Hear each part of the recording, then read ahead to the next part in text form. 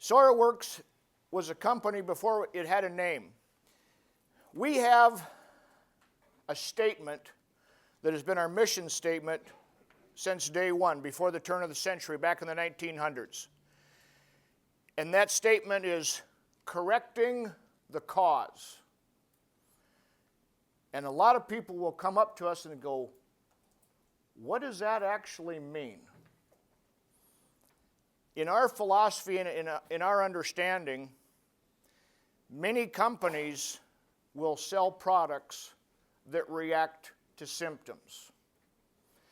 So now looking at problems versus symptoms. In our world, you guys probably, none of you have a problem with this, but let's say one of your neighbors has a weed and has a lot of weeds. Would you say that those weeds are a symptom, or are those weeds the problem?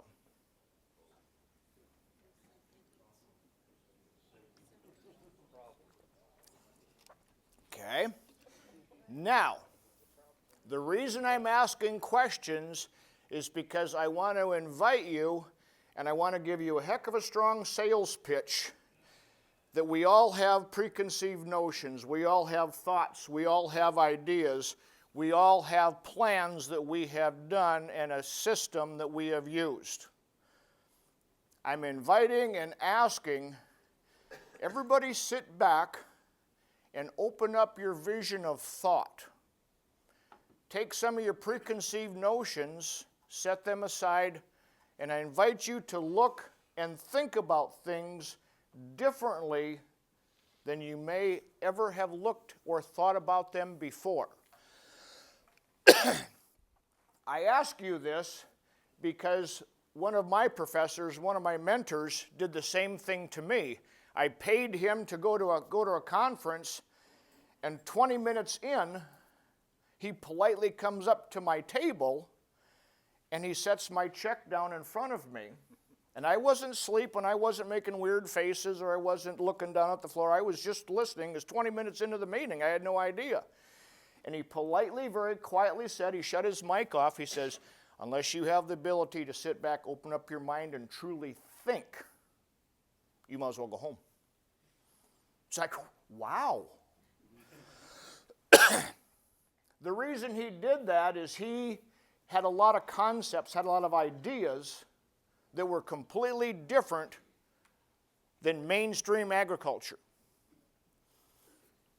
Going on with our questions, if you have a fungal problem, smut in corn or rust in a small grain, or Phytophthora, Rhizoctonia, Pythium, mold, any of the problems, are those problems or are those a symptom?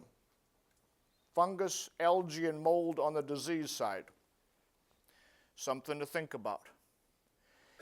If your neighbors have plant-feeding insects that come in and feed on their plants, are those insects the problem or are they a symptom?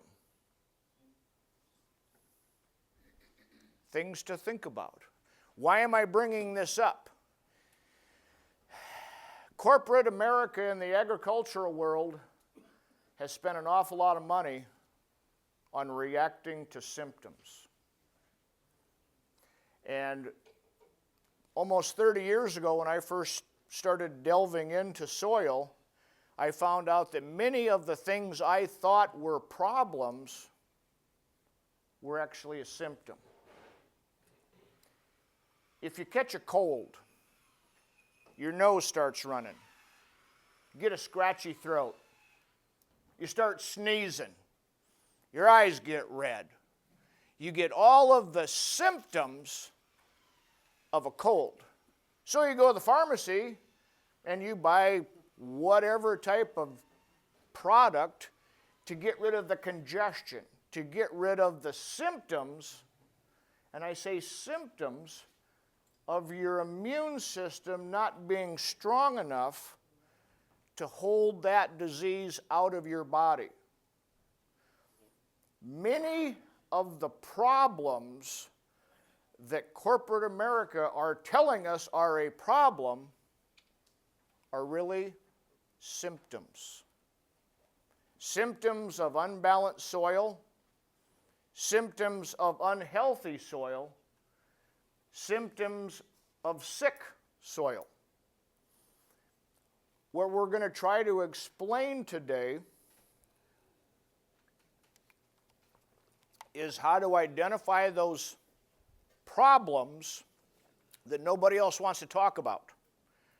Because if you solve the problem, the symptom goes away. Looking at this, understanding and thinking about symptoms versus problems, the first thing I take a look at is like, well, if we're going to grow plants, and if we want to grow a lot of plants, these plants need to be healthy. What the heck does that mean? And when we say healthy plants, again, we look at things differently, and I'm not going to apologize for this because this is where it has come to in a lot of situations, a lot of parts of the country and world, is the symptoms have been dealt with, but the problem hasn't been solved. So as we look at all these different symptoms, we look at plants. If a plant can't grow in the soil without having a fungicide, without having a herbicide, without having an insecticide, is that plant healthy? And if that plant has to have all those different chemicals to survive, we take that and we eat it, how much health, how much immunity does that give us? If the plant can't survive on its own, it can't pass on an awful lot of immunity. Look at pregnant females. 4 legs, 2 legs, animal, human. There's a lot of concern making sure the nutrients, the minerals, the supplements are correct in the female's body so she can give birth to something healthy and happy to have longevity. Looking at society, did you guys hear that they found a cure for cancer? That diabetes is all going down. There's virtually no diabetes in the country. Heart attacks are almost non-existent. Strokes, many parts of the world don't even know what it is. I'm being facetious. The diseases and the pharmaceutical companies on the human side are having the best years of their company's history, reacting to symptoms. Many of us have or know people that have diseases and symptoms of disease. There's an old saying, you are what you eat. If our food has chemicals, if our grains, our meats have chemicals, if our water has chemicals, where can we go to get away from them?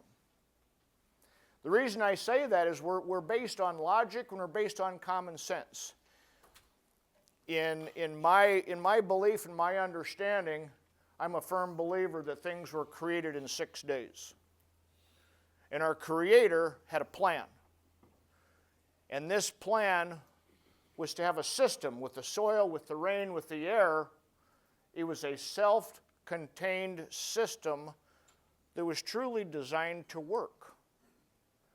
And if Mother Nature and our Creator didn't have this program, we wouldn't have any plants that survived for thousands, possibly millions of years to get these plants to grow now. As the soil starts to become depleted, little things start creeping in. Now, the things that start creeping in are based on the problem that's in your neighbor's soil.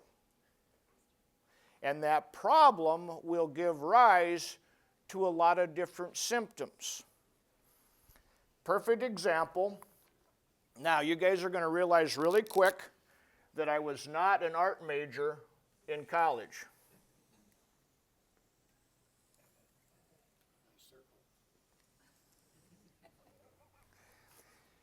We're going to look at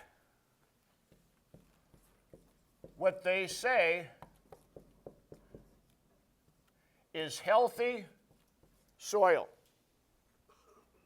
Everybody talks about, well, you got to have healthy soil. What does that really mean? Well, healthy soil, 45% of healthy soil are minerals. Minerals, dirt, and the dirt comes from broken down rock, which are minerals. We spend a lot of time and money on soil tests.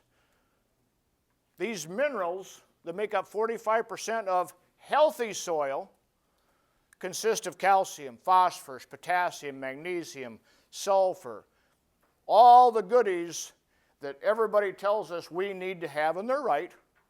We've got to have them. A lot of time and money is spent gathering soil tests. A lot of time and money is spent reviewing and trying to understand what the company actually tested and what does it really mean to us.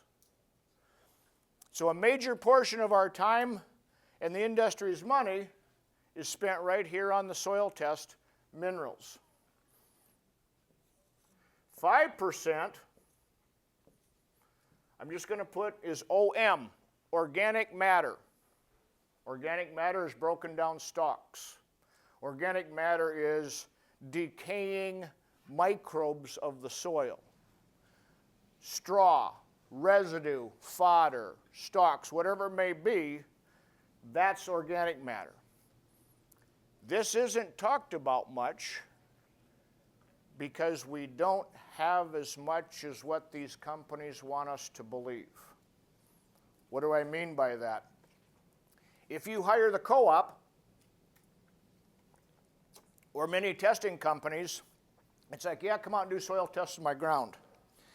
They'll send a kid out many times in a pickup that has a hydraulically driven soil tester sitting on the passenger side, and they'll drive around and stop, hammer that down into the ground, pick it up, and go on and go through the whole field.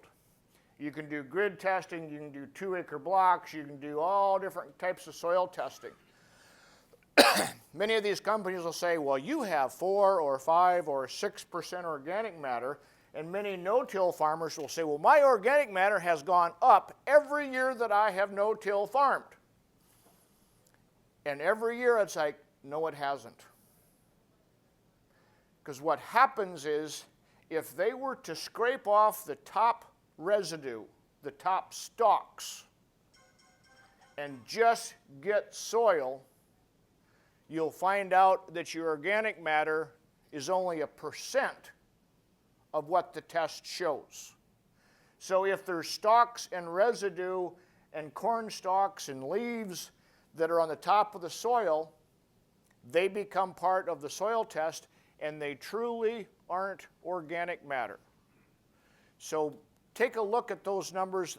They are very important, but many times they are misleading.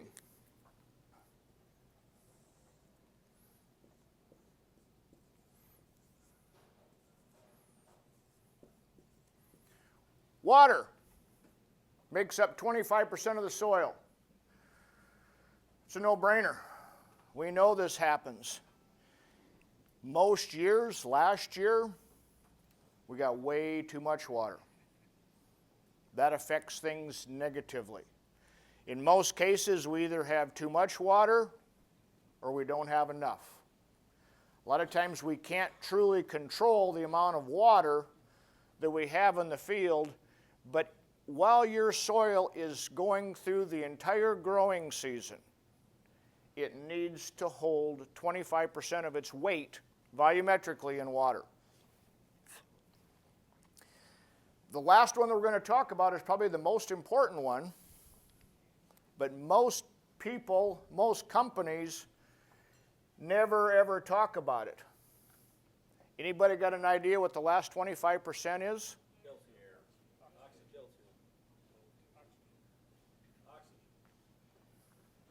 Keep going. A lot of great answers.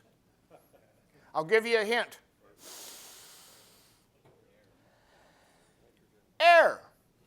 What? You guys are already ahead of me. Hang on. I'll try to pick up the pace. Air is supposed to make up 25% of your soil. Most companies don't want to talk about that because if this air isn't here, none of this other stuff matters. So why wouldn't good big companies in agriculture, why wouldn't they talk about this air? If your soil is short of air, you're going to have symptoms of mild, partial suffocation. Perfect example. Let's say if we were going to watch a video of a person that we've never seen before, but before we do that, we take him behind the curtain and I super glue his lips shut, tie his hands behind his back, and shove a pea up one nostril. Everybody got a visual? And we say, we're not going to let this person talk, but we're going to have him do certain tasks. Well, not seeing that he's got a pea shoved up one nostril and his lips are super glued, we see him walking around and up and down steps and he's doing a stress test. And boy, real early into the stress test, he starts sweating. It's like, boy, that guy doesn't look like he's that out of shape, but he's sweating like a butcher. What's going on? And then somebody over here may say, well, man, look at his face. It's getting all red. Veins are starting to stick out and his eyes are getting bloodshot. It's like, wow, what's going on? Somebody else may say, well, we should check his blood pressure. We should check his heart rate. And they check that, and that's all up. It's like, what do we do with this person? This person is horribly out of shape. And as he turns different colors and the sweat keeps running down and all the symptoms of not enough air. And if I came from behind the curtain, it's like, well, this guy's really in pretty good shape, and I grab a tweezers and pull a pea out of his nostril, and then take the super glue off his lips, and then untie his hands after he gets done dotting one of my eyes, he's going to say, I'm never going to do that again. No one will tell us the symptoms of airless soil.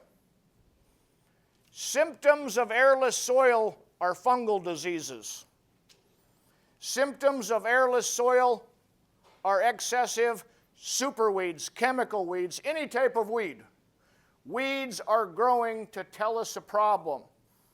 The experts, many of the university professors, if asked, they say, well, what is a weed, doctor? And they will proudly lean ahead, take a step, big deep breath, and they'll say, it's a plant growing out of place. Me personally, that's bull butter. But that's their answer. Many of these professors have gotten paid, the university has gotten paid a lot of money to do testing on chemicals. A weed is a scout. A disease is a symptom. An insect is an indicator of a problem. Let me do another example. If you have a vehicle that doesn't have gauges that have idiot lights, all of a sudden an idiot light comes on, check engine. What if you don't check the engine? It's like, it's just a light. The light isn't the problem, but the light is showing that there is a problem. So many times what we look at, when we go to correct the cause, we will look below the symptom or we will look past the symptom to see what actually happened. What we look at, now that we understand what healthy soil is, and if you're curious about this, and if you're a first-timer, I'll throw something out. Don't believe anything I say. test everything that I say. And the reason I say that is I want everybody to get involved, get mentally involved. If you've got a smartphone, Google it. Just hit the button, say happy or healthy soil, happy soil. And you'll get this, and you'll get many other things. So the information that I give you, if it's the first time you've ever heard this, thanks for being here. We're glad you're here. Now that we understand the composition of healthy soil, we need to understand what is a healthy plant. Because many of our neighbors don't have healthy plants. So if we look at healthy plants, the reason I have a whiteboard is because I'm not a computer person, and if I tried to run a projector or something, it wouldn't go well. I understand a marker and a whiteboard, so we keep it simple up here. While your plants are growing in the field, they're made up of several different things. The composition of a healthy plant is the same in South Dakota as it is in Russia, or South Africa, or Australia, or California. If you're growing wheat, or corn, or rye, or vegetables, tomatoes, carrots, peas, cucumbers, apples, walnuts, olives, you get the point. This is designed from creation. All of these plants want to contain the same amount and the same increment of all the nutrients. So if we were to go in the middle of summer, spring, summer, or fall, before harvest, before maturity, and we look at a plant, and we cut it and we send it into the lab, what do you suppose the majority of that plant is going to be made of? Oh, you guys are awesome. Yes. 80% of that plant is water. A large percent of our body is water. Got to have it. Got to stay hydrated. Obviously, too much this last year has kicked a lot of us right in the middle of the back. We don't get to sell a lot of water. If you feed cattle, you do your ration on a dry matter basis. So let's just say that this is a variable that we're not going to look at because water can change. We don't get paid on selling a lot of water. We've got 20% left. 20% that's left, now we're getting rubber on the road. We're getting to something that makes sense, and this will make you money.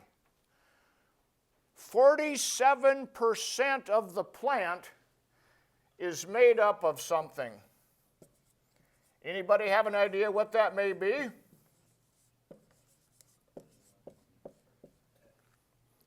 Apologize for my penmanship.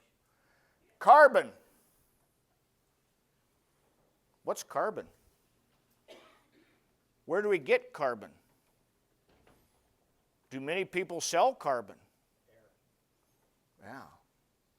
Because all of a sudden it's getting to a critical deficiency in the soil that you've got to have some. 43% of the plant is made up of something. Anybody got an idea what that may be?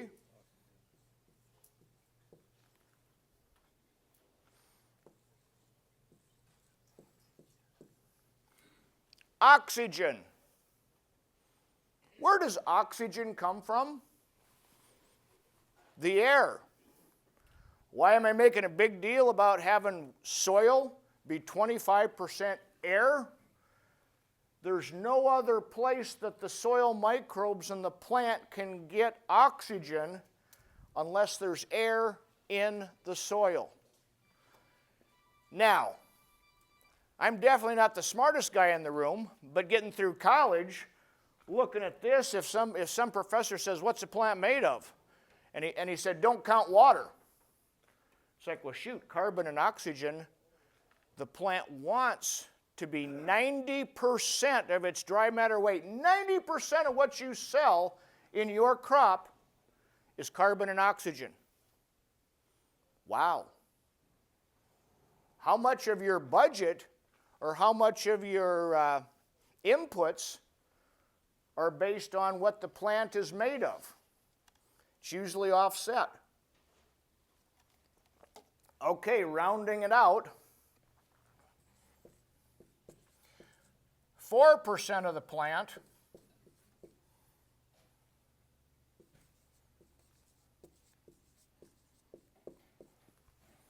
hydrogen, minimal. Where's hydrogen come from? Water. Where's oxygen come from? Where can carbon come from? Many of your neighbors' fields, that soil has its lips super glued in a nostril filled with a pea. It can't breathe. Now, if only there was a tool, if only there was a way that we could figure out compacted soil. How do we measure? How do we monitor? How do we realize, is our soil compacted? Well, as luck would have it, shocker how that works. If you've never seen this before, that's okay. This is called a penetrometer. Some people call it a soil compaction meter. It's very simple. It's got a gauge, and it has two different tips that go on the end. And when we're doing field walks, this is the first thing we look at. Why? Well, importance. If someone were to say, nobody gets a drink of water in here for the next 3 hours. Nobody gets a drink for 3 hours. Not a big deal. Or if someone came in and says, nobody's going to eat anything in this room for the next 3 hours. Then here comes a bald guy from Bancroft, South Dakota, and says, who can hold their breath for 5 minutes? Air. If you run out of air, nothing else matters. If you have a friend that has asthma, and when they're getting attacked and they're reaching for that inhaler, if you grab it out of their hand, you will see instant fear or anger because they can't breathe. The symptoms that the large agricultural corporations are making billions and billions on every year goes back to a deficiency of air. As we look at this, we get down to the last major ingredient that makes up 3% of a healthy plant. Anybody got an idea what the last nutrient that makes up 3% of the plant is? Nitrogen. Now, if we add that up, we've got 97%. This is minus the water. We've taken the 80% water out. This is 20% the solids on a dry matter basis. 97% of the plant has nothing to do directly with the minerals. This isn't calcium, this isn't phosphorus, this isn't potassium, magnesium, sulfur. Where can we find all of these ingredients that make up a plant?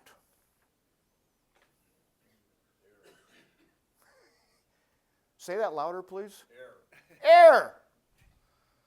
Seems too simple. It's amazing that these companies have kept this from us as farmers. Now, If you haven't seen this information ever before or ever hear of it before, that's okay. It's relatively new information.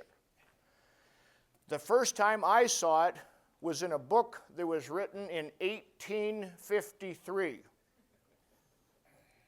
1853.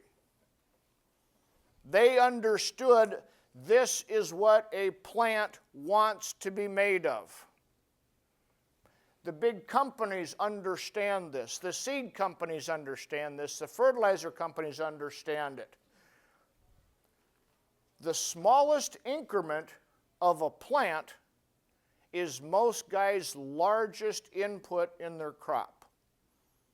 Would anybody agree or disagree that your neighbors spend more money on nitrogen than anything else? Why? Here again, please sit back, look at it, and think about it in a different way. Here's what happens. If your soil has a deficiency in air, let's take a look at what air is made of.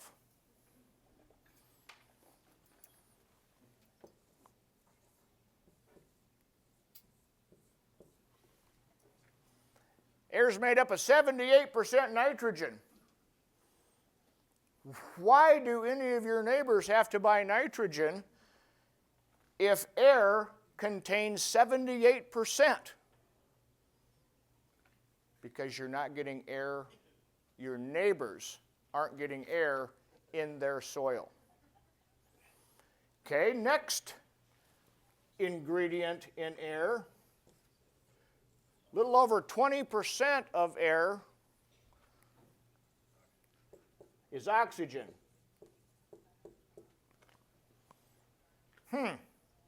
Large percent of the plant is oxygen. Where can your soil or a plant get oxygen other than air? Hospital?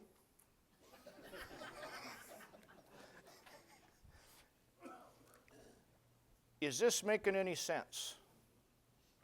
Does anybody have any questions, comments, or concerns about what we've talked about so far? Here's the thing, there is no wrong question. This is all about you guys. And every meeting that I do, I try to give, and we all try to give the most information we can. In fact, I'll throw something out there. I'm hoping, and I'm going to work really hard to give each and every one of you guys $1 million worth of information. If you don't think that you've received that information, that much information, come see me afterwards and I'll refund your purchase price for coming in. Lunch is still on us. Glenn, I have a question. Yes. Two parts. For people who can till, if you're not no-till, that's a way to get oxygenation back into your soil. How deep would you have to till to achieve improved oxygen flow? And if you are no-till, can you know that any kind of cover crop will improve the oxygen content of soil through the root system? Would you speak to that, please? Yes, in case you didn't hear that, he was asking about if a person does tillage, what is the magical or the most important depth to till a field, correct? Yeah. What we look at is this meter. And there's two different gauges to this based on the tips. In most soil, we will use the smaller tip. This bigger tip we use in Florida and Georgia where it's very, very sandy. So in the soil of South Dakota and sometimes in western Nebraska we'll use this bigger tip. But the smaller tip is the inside scale, and we'll put the appropriate tip on, and we'll ask the farmer, the grower, the owner of the ground site, walk out and just gently push down on this and watch the gauge and stop when this gauge hits 200 pounds per square inch or 200 psi. And the first question is, Why would I stop there? It's like, well, on this scale, that's the green zone. And the soil microbes, the beneficial soil bacteria, the aerobic life of the soil that I call the cooks of the kitchen, that's the most pressure they can handle and still efficiently do what they do. So when they go down and the grower pushes down until they hit 200 psi, it's like when you hit that, stop at 200 psi, reach down, grab the rod at the top of the soil, and see what your aerobic zone is. This is an elongated answer, but I am answering your question. If you have an inch of truly aerobic zone or microbial zone or bacterial zone, you only want to work 1 inch deeper than your aerobic zone. When we talk about tillage, we will always talk about intelligent tillage. And so many guys, I was in Canada last week, in Alberta, and one guy says, you talk about intelligent tillage. Where can I get a machine like that? Who makes them? And it just caught me funny. It's like, I'm sorry, it's like, it isn't a machine, it's using the right piece of equipment based on the soil. But there's more to the story than just the microbial zone. 200 psi is where microbes really thrive. That's the green zone. If you watch the scale, from 200 to 300 is the yellow zone, kind of a caution color. At 300 pounds per square inch, a feeder root of your plant doesn't have the strength or the ability to push through more than 300 psi. So the aerobic zone is 200 psi. The root zone is 300 psi. So we got an inch or an inch and a half at 200. Tell the grower, push down a little harder and stop at 300. And what he may find is, well, shoot, he says, I got 3 inches. It's like, okay, you got an inch of microbial environment. You've got another 2 inches of root environment. Next question is, okay, so I got a 3-inch root zone. How deep do I want to work this ground? Not more than 1 inch deeper, 4 inches. So whatever this meter tells you, please do intelligent tillage, because if you work too deep, you can throw that aerobic soil that's air breathing, that the microbes love oxygen, you can throw it into anaerobic, which the microbes, that's not where we're going to make money. The deeper soil is anaerobic, without air. We should have a 6 to 12 to 15 inch aerobic zone. In other words, we should be this deep at 200 psi. Why? If we get a big rain event within reason, if we're getting 2 to 3 to 4 times the rain, it's not going to matter what we do. We're going to get a kicking. But if you have a 6 to 10 to 12 inch aerobic zone, you will be able to hold more water. You have to have air in that soil to create air pockets for the water to move into and to hold. As we look at this, this tool is invaluable. If you don't want to buy one of these, they're close to $300, I think. Talk to your neighbor, talk him into buying it, and tell him you'll show him how to use it. If you don't have a neighbor that falls for that, there's a simpler way to do this. Common sense and logic, it's everything we're based on. If you got a sand shovel or a tile spade, Go dig up a plant from last year. Last year's plant will tell you exactly what that zone was like. And what do I mean by that? When you dig up a soybean or a small grain or an alfalfa, you may see a water root or a tap root going down deep. And it'll go much deeper than what that tool shows. That's a whole different paradigm. What we're looking for is the small, thin, thread-like feeder roots that go out to grab nutrients for the plant. When you dig up a plant, give that plant plenty of room. When you dig up the soil, go quite a few inches in either direction to give your soil and the plant the best opportunity to show you what's going on. And as you dig that up, you will see that the feeder roots that are trying to go down, that plant will show you at some level they're going to go lateral and just horizontal. That zone is 300 psi. Compaction is the biggest problem in most of the Midwestern states and also most of the provinces in Canada. Compaction is because we have a deficiency of air.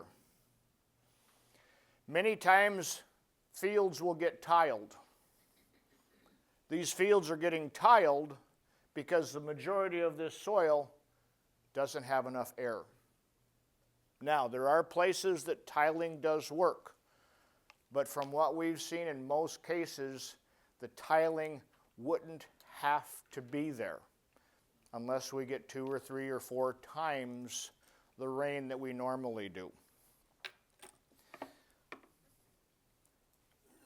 Did I answer the first part of your question? Yeah, very well. Second part of the question, and thank you for asking, that's wonderful. If you're a no-till farmer, now, if anybody's a no-till farmer, I will be very open and honest. This isn't judgmental, but I don't patty cake. I'm not gonna sugarcoat it or putting cotton candy on it. I believe, and I can prove to you, that in most situations, no-till will not work long term. And if anybody's starting to get warm under the collar, and if you want to stand up and fight, that's okay. Please hear me out. As we're looking at what a plant is made of, this is what the crop is made of that's laying on top of the ground from last year. Carbon is the major ingredient, or supposed to be the major ingredient in last year's crop. Carbon in plant tissue, in residue, is lighter than air. When the sun, with its ultraviolet, when the sun, with its ultraviolet and infrared rays, hits that residue, it oxidizes. And being lighter than air, this carbon goes up, up, and away. So if you no-till year after year after year, hear me out, the no-tillers, please try to relax. This is just conversation. If no-till truly worked, your chemical bill should be almost nothing. And a lot of times we will get good conversation when we talk about tillage. Somebody will usually bring up, well, if you till the ground, you're going to kill bacteria. Anybody ever hear that? Don't till the soil, you're going to kill the soil microbes. You've heard that. Are they right? They are right. You're going to kill some microbes, but it's going to be a small sliver of a fraction that you will kill compared to suffocating all of them when they run out of air. Who do you think came up with tillage kills microbes. You got to have air. If you're a no-tiller and you've got a 6, 8, or 12-inch aerobic zone, awesome. You're still going to be short of carbon. Well, then the argument comes up, well, a large percent of the carbon is in the roots. And they're right. 30 to 40% of the plant's carbon is in the roots. But if you don't have a good aerobic zone, if air isn't there, you will not get the aerobic or the air-breathing microbes to break that carbon down into plant food. Here's the secret that very few companies want us to know. If you have healthy soil, it will be full of air-breathing aerobic bacteria or aerobic microbes. Everything we do needs to support those microbes. I call them the cooks of the kitchen. I like to keep things as simple as I can. The cooks of the kitchen have to have something to work with. These cooks of the kitchen need to breathe in air. This air is 78% nitrogen, 20% oxygen. Any of your neighbors ever use a microbial seed treat or a rhizobial seed treat on soybeans? Have you ever tested to see if it made you money? Have you ever asked your neighbor if it made him money? You can put 8, 10, 12, 15 bucks in a seed treatment, but if your air gets shut off in June or July, those microbes go dormant. They can't make nitrogen, and rhizobium is one of the nitrogen fixers. They can't make nitrogen unless it's given to them. It isn't given to them unless there's air there. The deeper the air goes into the soil, the more nitrogen and the more oxygen that's present. Microbes, aerobic microbes, soil bacteria, all the same thing. We want a lot of microbes in the top whatever inches we have. They breathe just like we do. They breathe in air and they exhale what?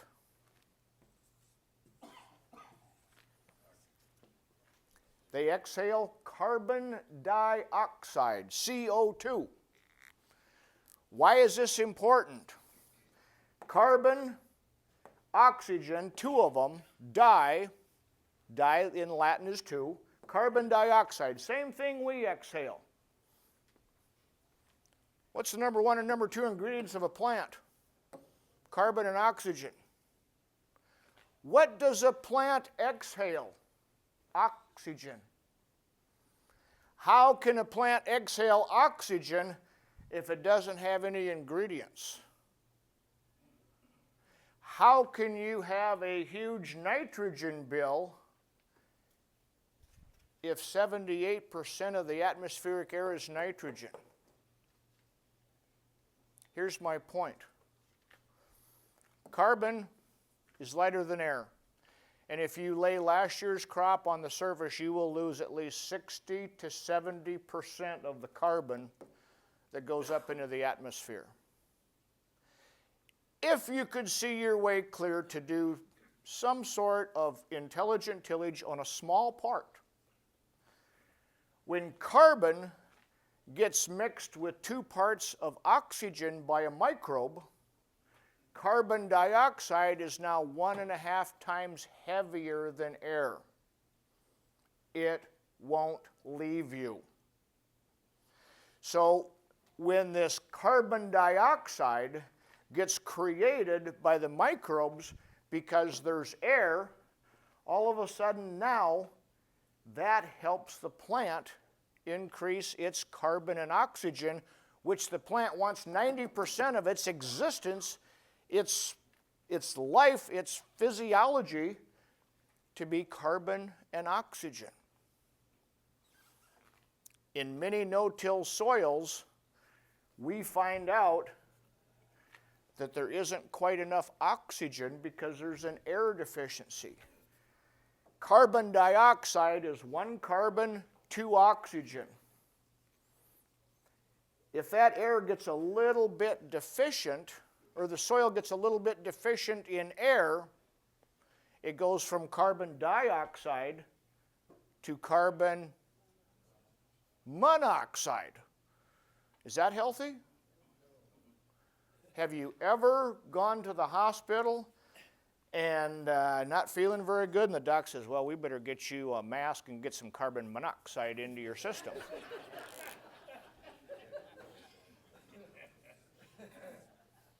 We see this in tight soils because of this tool or a sand shovel. Hang on, there's one more step. Soil gets even tighter, and you lose the last molecule of oxygen, and the co-op guy, nothing against the co-ops, the guys that you're working with are your neighbors, they're good people, they've got families, they just may not have been given the best information from the big companies that sell them products. In an airless environment, and you have some carbon, and you do have some carbon in your soil, everybody does, all of a sudden in an airless environment with carbon and you throw extra nitrogen, carbon and nitrogen without oxygen can form cyanide. Welcome to modern North American agriculture. Anybody ever take a cyanide pill for just a little pick-me-up? No. This is what happens. And you can check this with a sand shovel. The plant will tell you when it isn't feeling good. Plants talk in a different kind of language, and if you think I'm wacky when I say this, you're right. When plants aren't healthy and plants can't breathe, they're going to grow something that'll get your attention. A fungus. Weed may pop up. It will give you signs. If you dig down and pull the roots up, you'll see it's just like, boy, this soil's pretty tight. I can't get to where I need to be. The broader and the deeper you have air in the soil, the more your roots can reach down and grab them. Sorry, yes? How do I get air in pastures, sod? How do you get air in faster? Pastures. In pastures, Oh, pasture. sod. Yeah. Harlan, you know the answer to this one. The question was, how do we get air into pasture? There's a piece of equipment that we have, and I'm not justifying it or saying it works, but we've seen it do wonderful things. It's an airway. And there's other companies similar to an airway, A-E-R-W-A-Y. It's a yellow piece of equipment, and it's got 4 7-inch blades, 7 inches apart. And you pull it into the field, and you drop it in, and you pull it according to how deep that will sink into the soil. And when I first bought it, I bought a 25-footer, and they gave me a heck of a deal at $49,000, and it's like, oh my gosh, I've got a limp on this one. They did a wonderful job selling it, and I saw it work in many different areas. You've got a question. I see you. Well, what if you can't afford this piece of equipment? Is there some other way? Find a neighbor. The same neighbor that may have one of these. We work with, is it the Kane brothers? Yes. By Parkston? Or Parker? Yeah, Dakota. They rent them. They rent them out. There's other pieces of equipment. It's like $10, $15 an acre. You pull it with your tractor. Several years ago, I was in Pennsylvania, and we were doing a meeting, and I was talking about puncturing holes into pasture, into sod, into meadows, into alfalfa. And much of our business out there is Amish. And Amish is, when you talk horsepower to an Amishman, you're talking ears and a tail. It isn't diesel fuel in a cab. And they said, well, how do we pull one of those with our horses? Very fair question. And they call us Englishmen. And I said, ask one of your English neighbors that has an airway to come out there. So the Amishman contacted a neighbor, and he came out with his airway.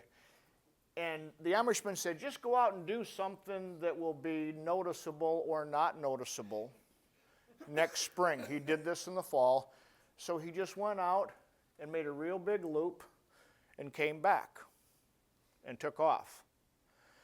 The next spring, the Amish farmer's son was standing at the gate after he getting ready to go get the cows, and he's seeing this big loop that had darker grass, thicker grass, that the cows were grazing on. It took them a week before they figured out what happened. Neighbor happened to be by, and they said, hey, take a look at this. This is the craziest thing. We have no idea what's going on. There's this loop, and the neighbor's like, well, that's easy. I know what that is. And they're like, what? It's like, well, that's where I went with the airway. Problem solved. So whatever, and there's other companies that have other types of equipment. Finding one to rent or to borrow or to steal or to use is beneficial. But that's the only way I know of with tillage. Have you seen where they've used the airway or something comparable, and then also introduce a tea with, you know, the mycorrhizas and bacteria in with it as it's working through? The question is, in conjunction with the airway or some type of aerification, have we seen anything where they have added nutrients or microbes or mycorrhizal? Yes. Yes, yes, yes.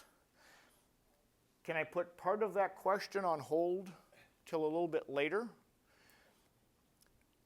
You know what? Let's hit it right now.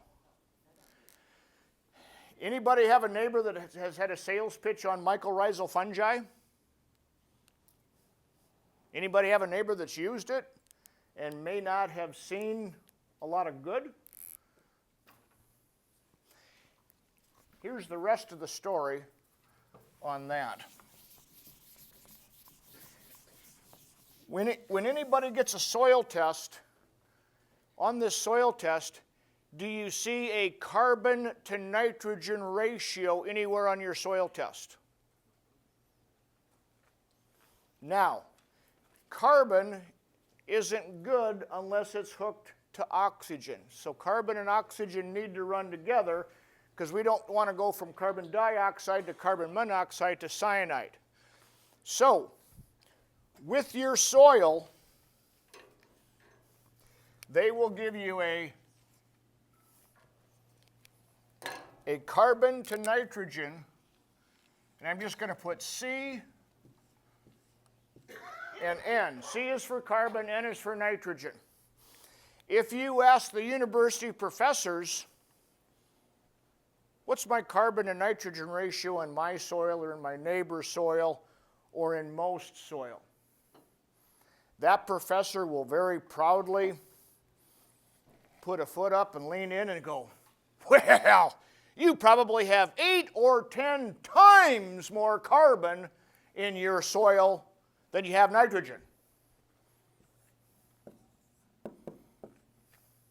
Let's say you got 8 to 1.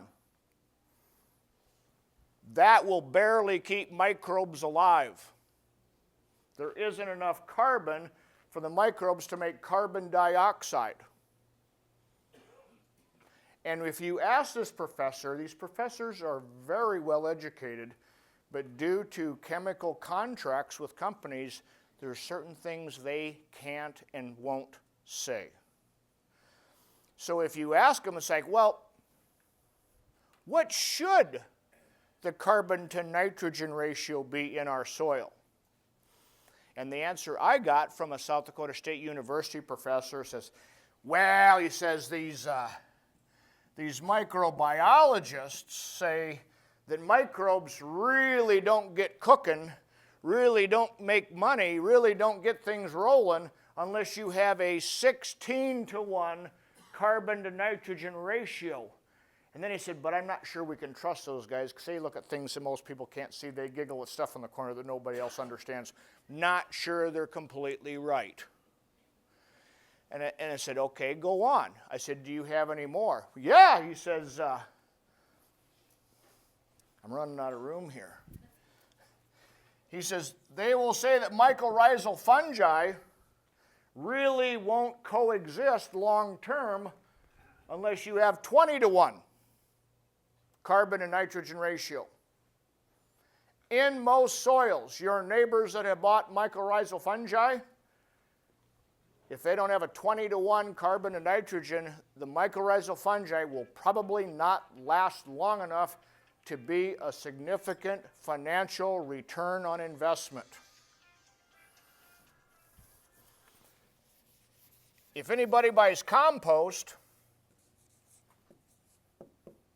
good compost has 30 times more carbon than nitrogen. The best compost in the world, we've seen to be 30-to-1. Okay? If God put everything together in 6 days, this should all kind of tie together. Well, if we add up carbon and oxygen, and we're putting carbon with oxygen because you have to have them both. Carbon and oxygen makes up 90%, nitrogen makes up 3%. 90 and 3, what kind of a ratio is that? It works.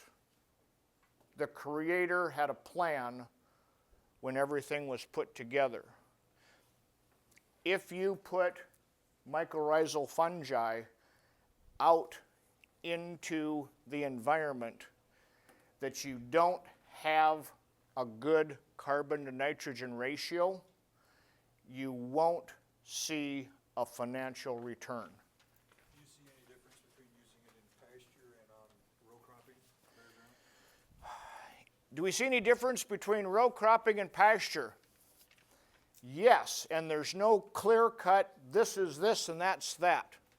In some pastures, we will see a deeper aerobic zone. It may be 5 or 6 inches deep.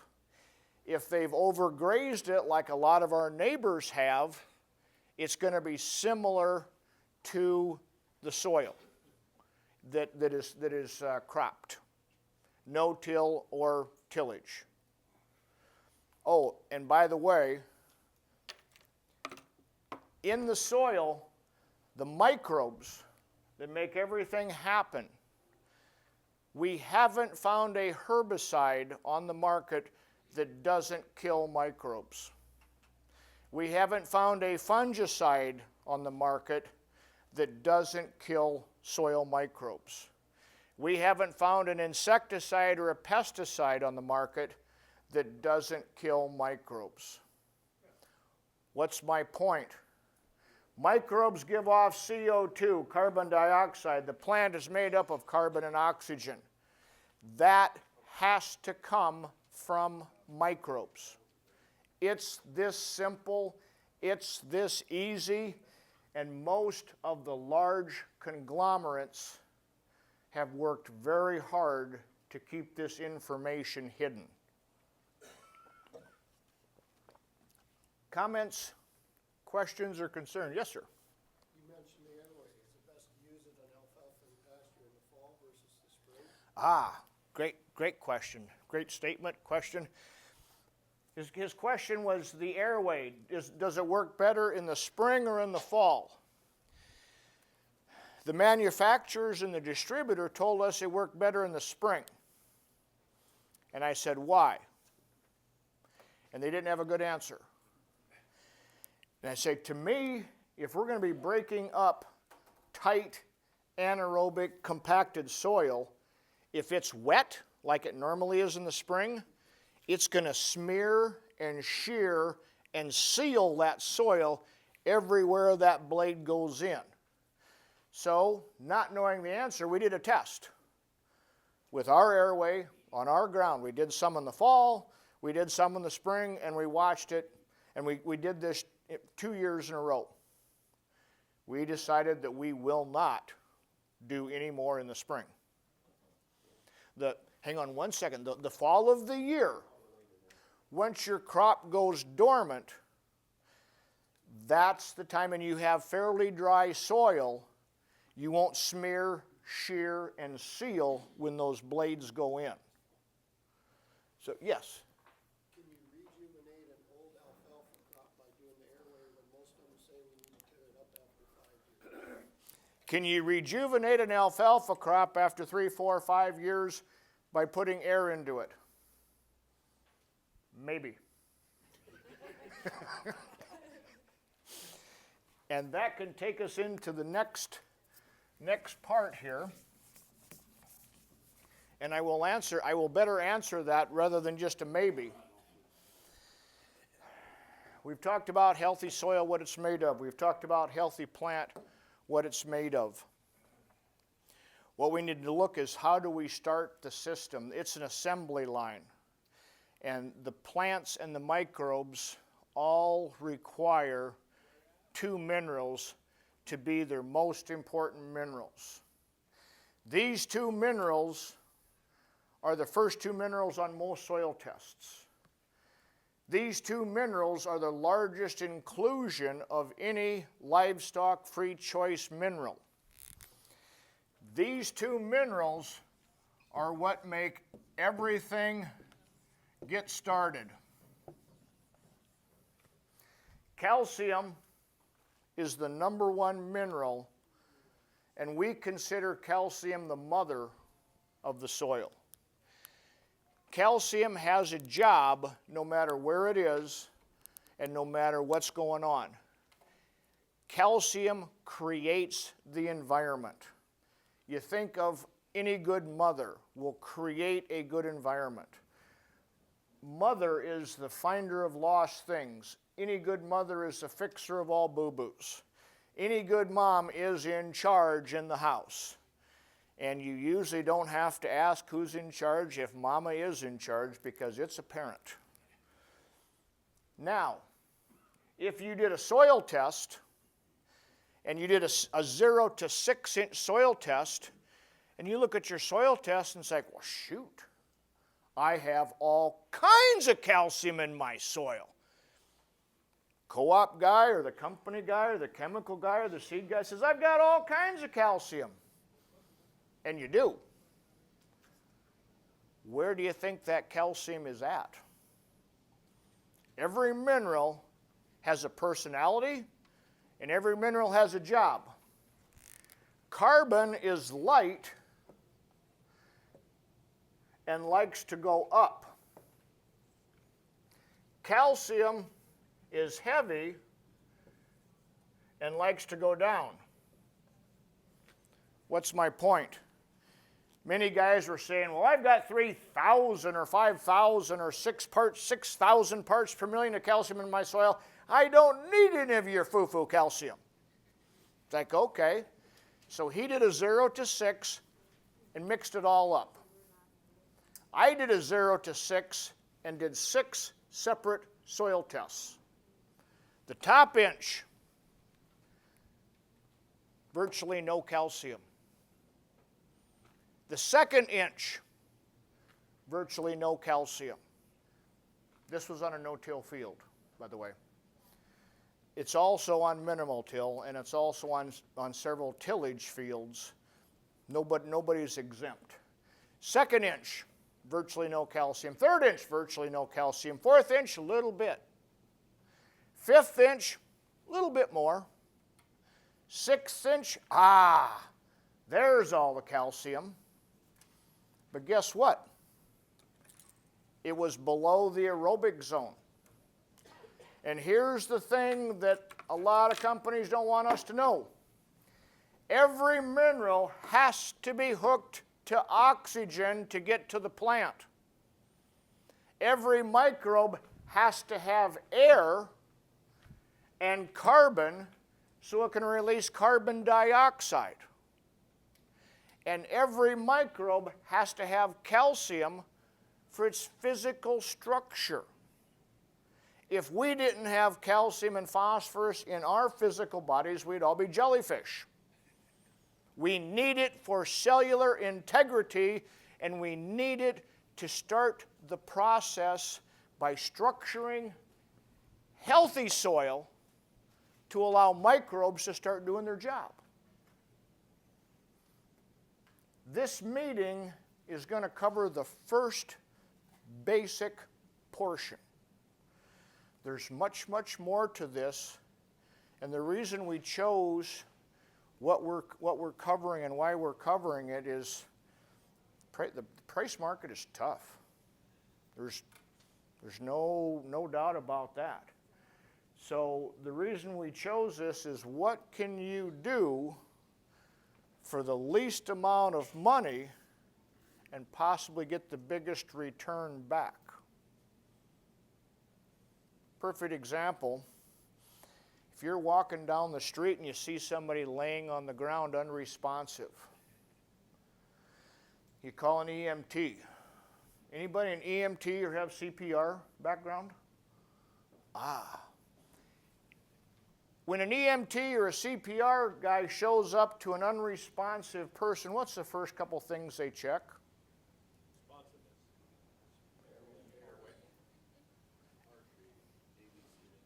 Is their heart beating? Are they getting air? When they check that, do they start for a heartbeat first, or do they give it air first? Huh. So you're walking along, you see somebody unresponsive, you grab the back of their neck, you pinch their nose, you cock their neck, and you blow air into them, and you save their life. It's like, wow, feeling pretty snappy.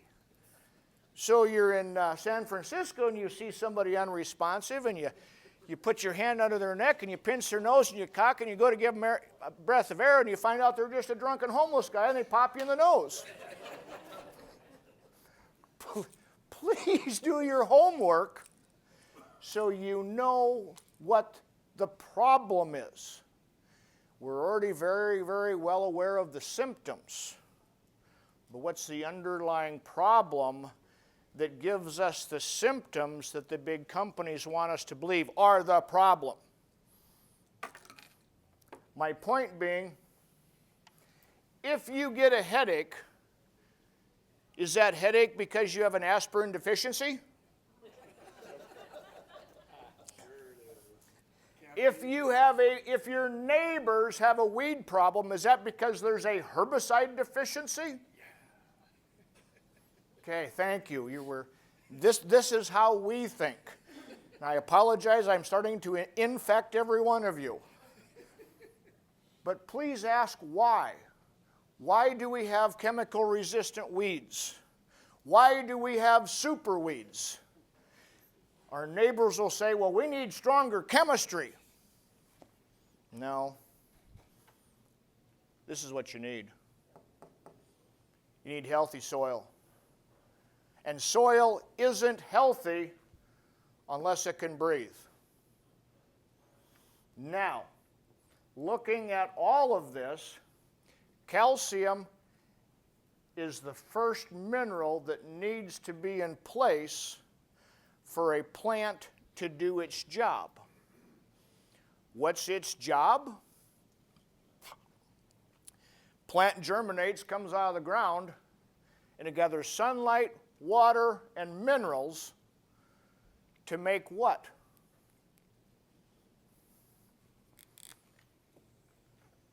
A combination of carbon, oxygen, and hydrogen is commonly known to us sugar. This plant has to have calcium as the mother, and it has to have phosphorus as the father. And when parents are in charge, all the rest of the minerals will toe the line. What do I mean by that? When we were all young, and I'm guessing your households aren't much different than what ours was, your parents left for an hour or a day or a weekend or a holiday, just left you kids at home. Was the business that was conducted when your parents, when they were gone, the same as when they're home? No. And if it's anything like our house, somebody bled, something got broke, and everybody gathered up and rallied to get everything fixed and the blood from flowing before Mom and Dad got home. What's my point? If calcium has migrated down through the soil and it's at the 6th inch where there is no air, Mom isn't present. Mom has to be at least close to the action. Now, maybe some of you gals can help me out with this. Guys, we were all kids, and I'm pretty sure we all had a mother. None of us that I know came from a test tube. If you were like me, if we were sitting in church and one of us did something wrong, she didn't have to be close to us. All she had to do was give us the look. And if we're at home and she comes outside, and when we were kids, the hands would go on the hips and one foot would go out. That was never a good sign. It's like, oh, somebody's going to get a beating. Mom doesn't have to be directly on everything, calcium, but she has to be close. This is why we designed and created our GSR calcium. It's small amounts, and all we want to do is open up that soil, get some air in there. So with an airway or with anything, a little calcium, a little sugar, a little fish fertilizer, and some bacteria will make a huge difference on pasture, on alfalfa. And for the alfalfa question, I'm almost there to answering it. Well, let's just answer it right now. Alfalfa is a calcium and phosphorus sucking hog. It loves it. When a stand gets thin, there's usually 3 things that soil and plant are short of. It's used up the calcium, or the calcium has gone down below the feeder roots. The phosphorus has either gotten used up, or it doesn't have enough oxygen to carry nutrients to the plant, because in a no-till situation where all the traffic is going over there, that soil is short of air, and the penetrometer or a sand shovel will show you that. The reason alfalfa gets thin, and the reason grass and pigeon grass and dandelions come in, is several different reasons. You have a calcium deficiency, you have a phosphorus deficiency, or you have a carbon and oxygen deficiency, or you have a microbe deficiency. The cooks of the kitchen, the aerobic beneficial microbes aren't doing their job for some reason. So if we look at healthy soil, the number 1 and number 2 minerals that healthy soil has to have, real simple, calcium and phosphorus. If we look at healthy, aerobic, air-breathing, beneficial microbes or soil bacteria, the number 1 and number 2 minerals they need, calcium and phosphorus. A plant to generate and to create sugar, taking sunlight to make sugar, there's 2 minerals that they have to have. Calcium and phosphorus. Are you seeing there's a trend here? There was a plan in the 6 days that it got put together. So if you look at livestock, pigs, goats, ducks, sheep, cattle, dairy, stock cows, horses, pygmies, monkeys, guess what 2 minerals those animals need more importantly than any others? Calcium and phosphorus. Now, anybody have livestock here? Ah, okay. I spent quite a few years in the pharmaceutical industry, and I learned how to professionally react to symptoms. And I spent 7 years after my mentor, my professor, was telling me this. I proved it on 7 different feedlots, turkey barns, cow-calf, dairy, different animals. Here's what I found. The nutritionists that put your mineral together understand the physiological needs of that animal. And they will always have calcium and phosphorus being number 1 and number 2. It doesn't matter where they get that mineral from, it will not be as healthy and efficient as if the plants that you're growing have calcium and phosphorus in the correct ratio. They will tell you, don't worry about those minerals or all that quality stuff. He says, just put anything up. If you can put it into a bale, feed it. If it makes a turd, it's good enough. We'll take care of the rest. They want to sell you protein. And a lot of feed men want to sell you protein. Nothing against the feed man. He's just doing what his company's telling him. If you have to buy protein, you have a deficiency of 2 things in your plant. Guess what they are? Carbon and oxygen. If you have to buy nitrogen in excess for your crop, you have a deficiency of 2 things in your soil and in your plant. This all ties together. This all fits together. So, when asked, is air a deficiency that will make an alfalfa stand or grass stand thin? Maybe. Put air in there, but keep in mind, calcium is heavy, and for 3 or 4 or 5 years, whatever that stand is, that calcium's going down. Go back 40 years into the 70s, or last year up to our place. We like to get the neighbor's attention, and we pulled out with 2 tractors and 2 8-bottom plows, moldboard plows, and oh my gosh, I didn't realize I knew so many people. We had one neighbor stop and says, "What in the wide world of sports are you doing? Why would you plow? We haven't plowed for 40 years. It's like, well, I said, calcium's heavy. And this ground was in CRP for 15 years, and this calcium slowly migrated. And most of my calcium was in the 5th and 6th inch. Why did they plow years ago?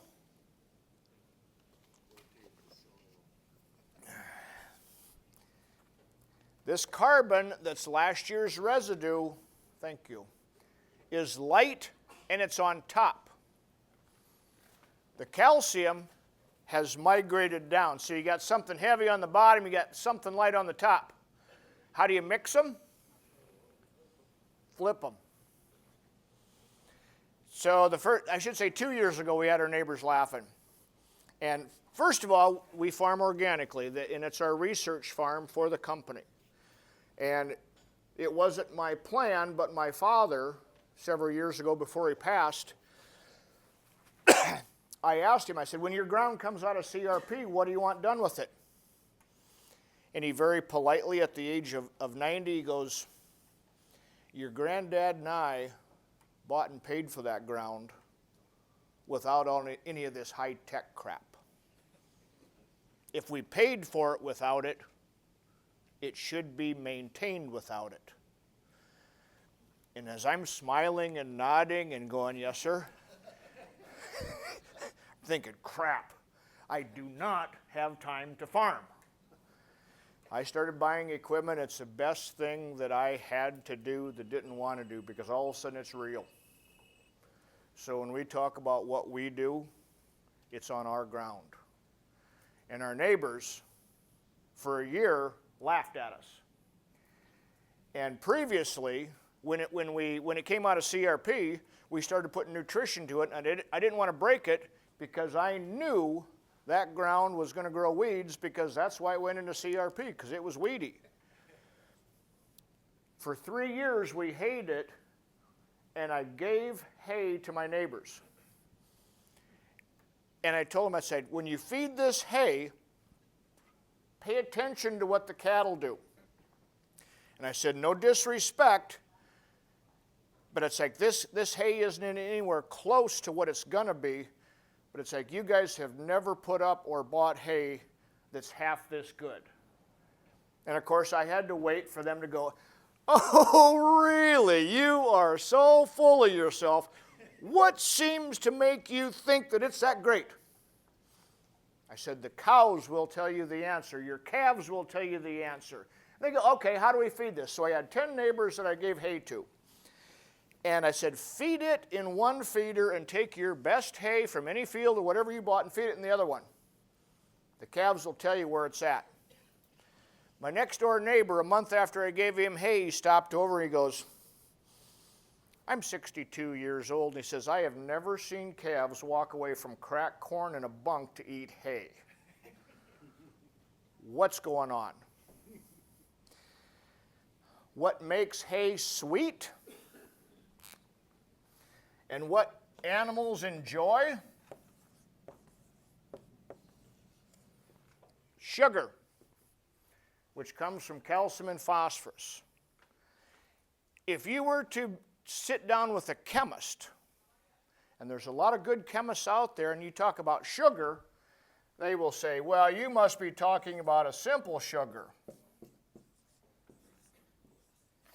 And they will say, simple sugar is 6 parts carbon, 12 parts hydrogen, 6 parts oxygen, C6H12O6, and there's different combinations. Carbon and oxygen and hydrogen make up sugar. Carbon, oxygen, and hydrogen make up 94% of the plant. How do you start making more money with your farming without breaking the bank? Available calcium and available phosphorus allows the plant to make sugar, which is carbon, hydrogen, and oxygen, and that makes up 94% of the plant. But none of this is going to happen if your soil runs out of air. Cakes, crusts, lumps, clumps, clods. Why is this? Why am I talking air? Because in your soil, when you get a soil test, it will show you total P for phosphorus.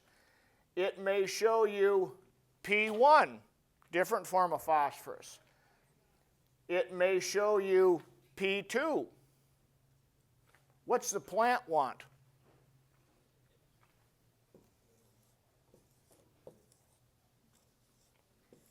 P2O5. For every 2 phosphorus, it wants 5 oxygen.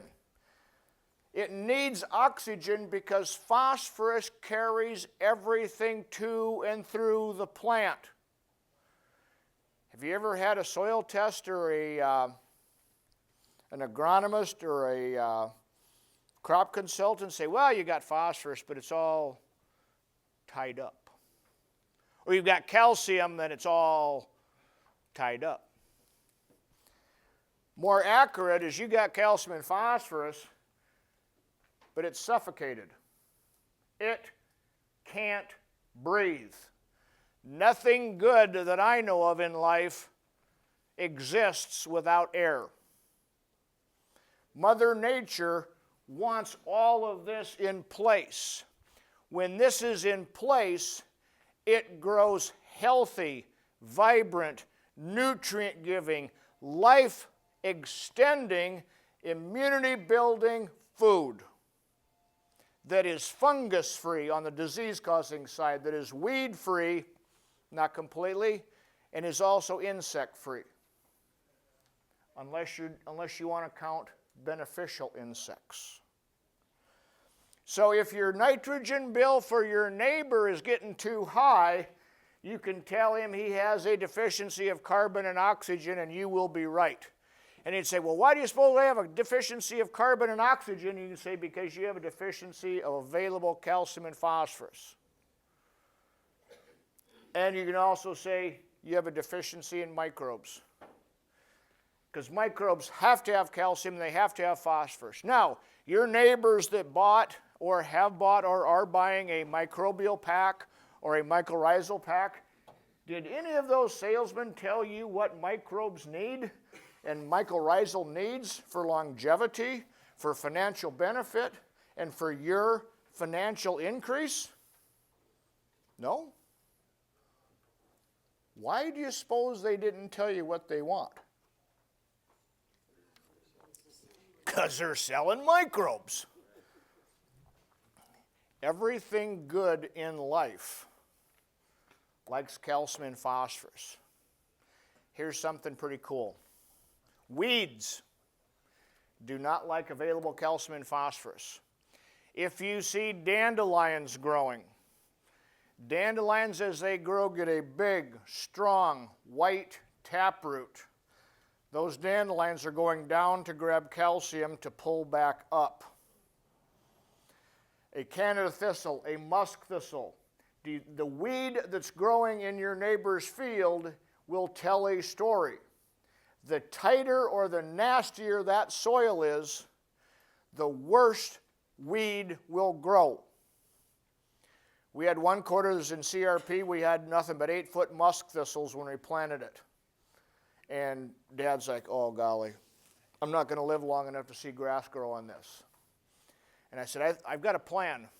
This was back in 1999. And it's like, I'm going to put a little calcium, a little phosphorus, and a little sugar. I'm going to spray it out. I said, I think I can get rid of those weeds. My father, being a good, honest, strong, logical German, says, kid, you think, said, no disrespect, but do you think a few of those little minerals are going to get rid of an 8-foot musk thistle problem? I said, yes, I do. He goes, well, I'm with you. Let's see if we can make it happen. So it was a full quarter. We took the worst 40 acres out of that 160, and after 5 applications of calcium and phosphorus over the period of a year and a half, we had no more musk thistles. I'm sure it was coincidence. And the musk thistles went away just on the 40 acres. Still had them on the other three parts of that quarter.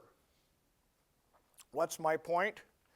Disease does not like calcium and phosphorus. Weeds do not like calcium and phosphorus. Plant-feeding insects will not feed on plants if calcium and phosphorus has built carbon and oxygen through sugar, photosynthesis through the plant.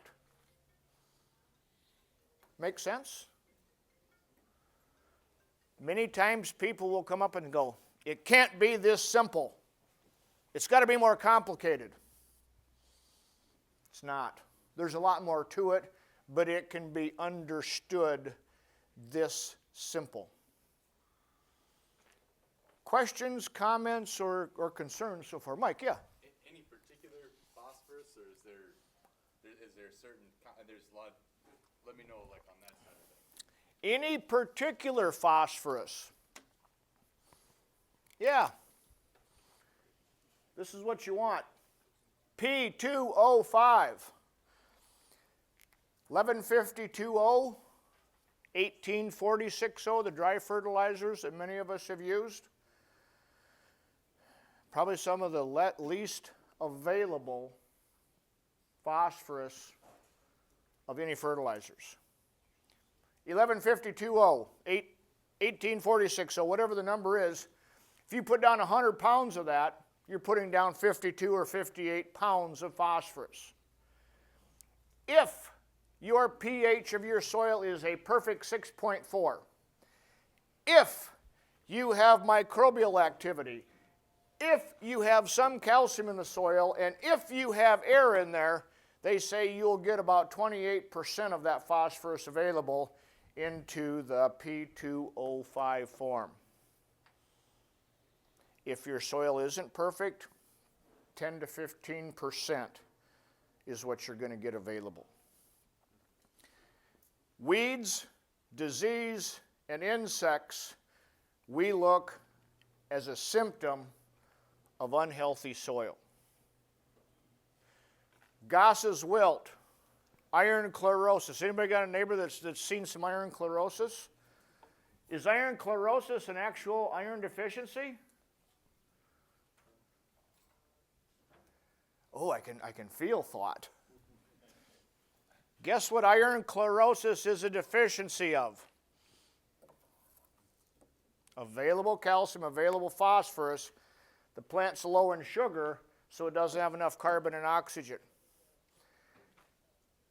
When you look at all of these problems, we can honestly go toe-to-toe and look anybody and everybody straight in the eye and say, you have a deficiency of available calcium, you have a deficiency of available phosphorus, you have a deficiency of carbon, you have a deficiency of oxygen. This is why the problems are there. Let me back up. This is why the symptoms are on your neighbor's field, because they haven't addressed the problem. Good feed versus bad feed. This is the number one and number two ingredients that make up healthy plants. Let's jump to an animal, all animals, as well as humans. In our body, anybody that's been around a dairy will understand red blood cells and white blood cells. White blood cells in a dairy, they talk about somatic cell count. And you want that somatic cell count or the white blood cell count to be low. If it's elevated, there's a problem. If you go to the doctor and you say, I'm just not feeling too good. Well, it says, let's do a blood panel. And with that blood panel, they say, oh, you have an elevated white blood cell count. And you're like, okay, what's that mean? Well, it means that your immune system is working. Of course, we look at it differently.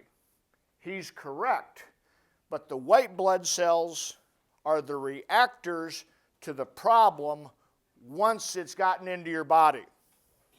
It's reacting to the problem. How do you correct the problem? Let's look at red blood cells. Red blood cells are the hemoglobin count. If you've ever raised pigs, a shot of injectable iron, 100 to 200 milligrams of iron, was very important for a baby pig survival. You could tell it was pale if you missed a pig or two in a litter. This iron is what carries oxygen in the blood.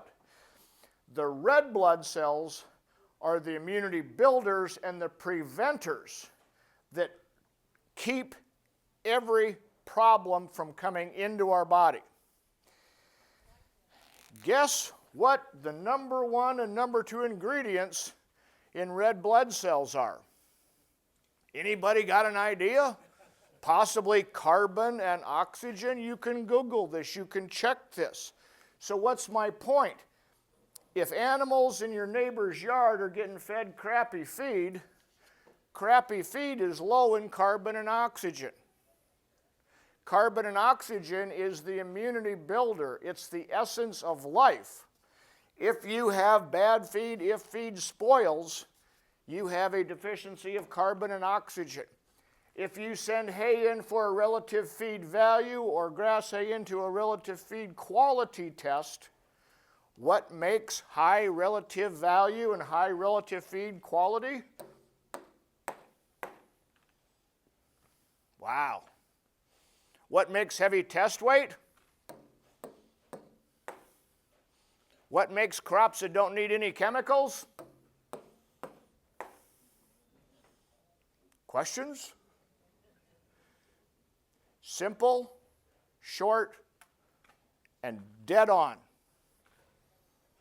But nothing happens without air.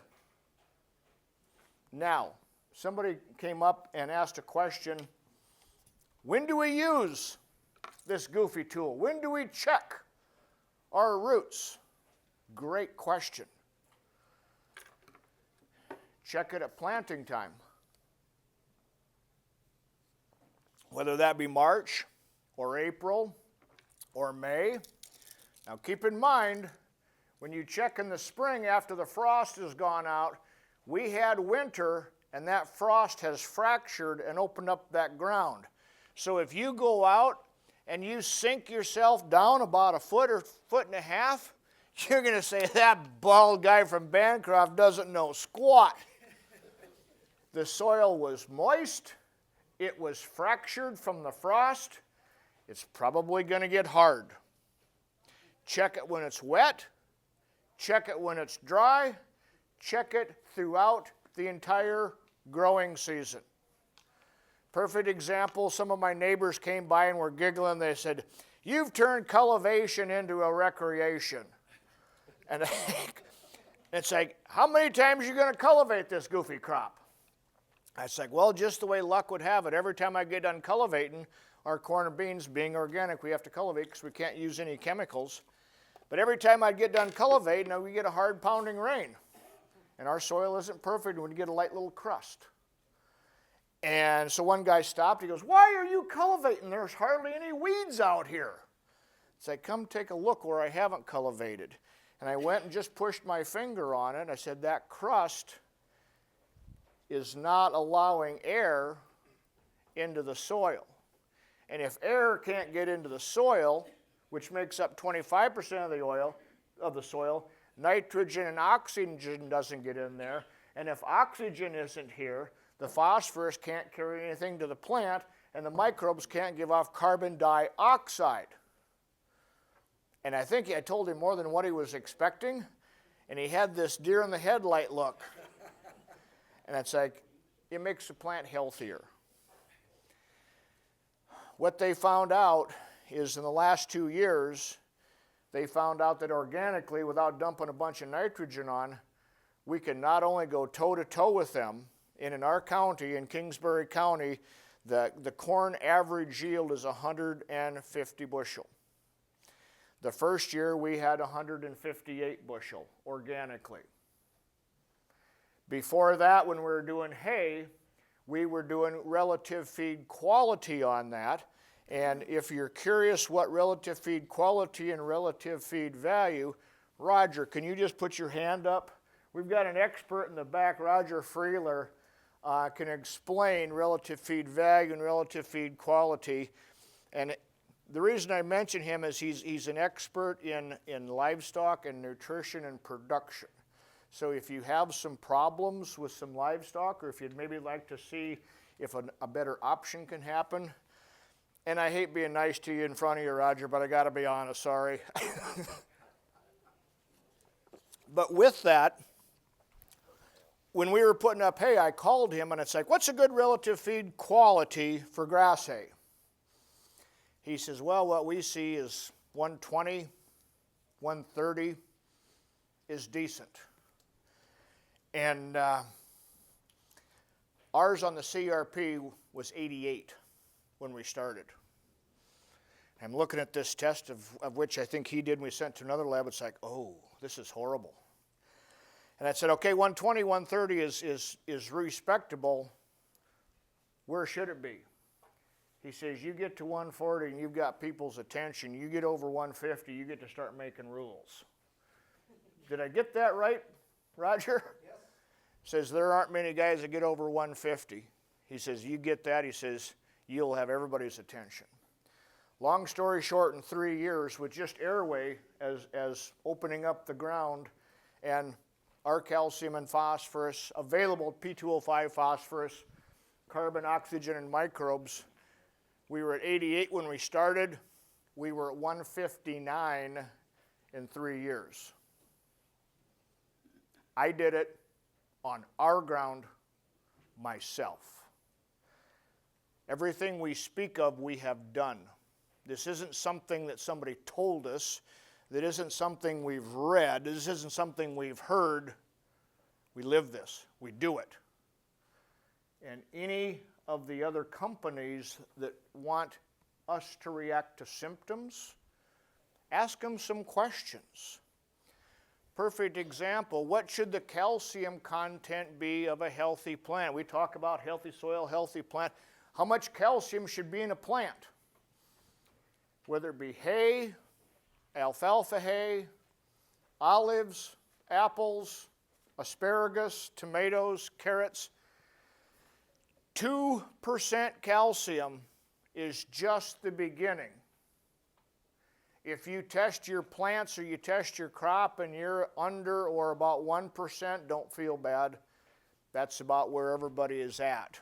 Why? Because calcium has gone down through the profile, carbon has been lost, and you're probably short of air. The calcium that we manufacture is topically sprayed in small amounts to open up the ground. It isn't a calcium source for long term. This calcium is a food for microbes. A good phosphorus is food for microbes. When I was doing my first cultivation on the farm, I had a neighbor stop by and they go, "I think you're a cheating pig." It's like, okay, why is that? I says, "You're not organic." He says, "That field's too clean. You can't be organic. You don't have any weeds." It's like, well, I said, that's fair. And I said, that's the best left-handed compliment I've gotten in a long time. But I said, what you got to understand is, I said, we did a starter program where we put down 17 gallons of liquid right on the seed. Guess what we had in that starter mix? Calcium, phosphorus, carbon, oxygen, and microbes. We created, we engineered, we developed an environment that weeds, disease, and bad insects don't like. Now, I'm guessing your parents are probably similar to mine. Did any of your parents, when we were kids, teach you how to spit, steal, swear, or lie? How did we learn how? How do our kids learn how to spit, steal, and lie? It's like, we didn't teach them that. Here's the thing, Mother Nature is resilient. If it has this environment, it will say thank you. It will bow down to you with graciousness, and it will give you respect back with a good, bountiful harvest. Without fungal problems, without weed problems, without insects. But if any one of these becomes deficient, or in most cases, air shuts down everything, it starts showing problems that companies respond to. With all of the herbicide and all the chemicals that have been used, we should be out of all the problems. Thus, their symptoms. The chemicals have not responded to the problem. They've responded to the symptom. Just like cancer. I don't believe myself that the American Medical Association wants to solve it. A lot of money. They make a lot of money. These pharmaceutical companies make a lot of money reacting to symptoms. Anybody have somebody that they know that has high cholesterol? Guess what mineral is deficient on an available basis if you have high cholesterol? Calcium. Here's the thing. I wanted to keep this simple, short, because if you're a conventional farmer with a conventional market, it doesn't look really rosy in the near future. You have to hunker down, you have to protect yourself, and you have to do the easiest, cheapest thing that will make you the most money. My father, when I was growing up, and we farmed ground a lot further away from home than what we should have. And he said, if something breaks, don't be a rocket scientist. Don't start tearing into it. Look for the cheapest, easiest fix first. What is that? Air. If you just do intelligent tillage, what is intelligent tillage? Maybe a Salford, maybe a turbo-till. Based on what your soil is, check it. If you're curious, if you'd like to have somebody come look at your soil, We've got a fantastic staff here. This is what we do. We can show you, without any high-pressure sales pitch, we can show you what possibly is wrong with your soil. If you go in when the frost is out, hopefully in a couple weeks, and you bury this, I've got no issues. Check it 3 weeks later, and then 3 weeks later. Many times guys will say, well, shoot, I've got almost 2 feet in April. It's like, what do you got in June?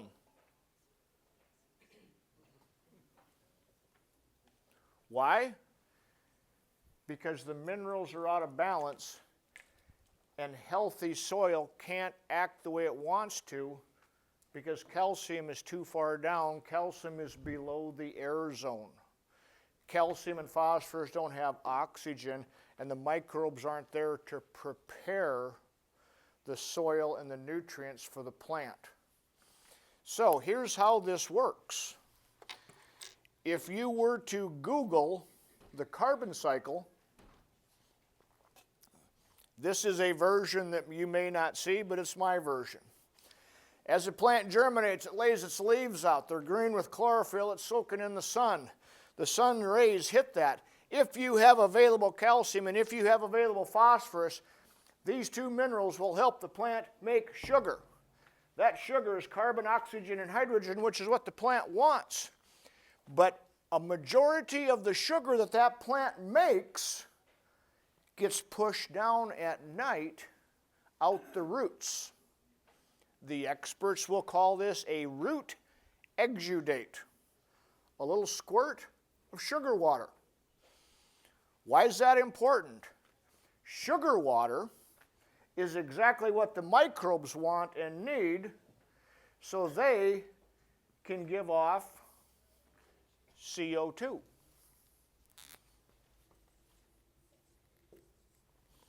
That CO2 is heavier than air, and the reason you want a deep aerobic zone is you want a lot of microbes inhaling air, exhaling CO2.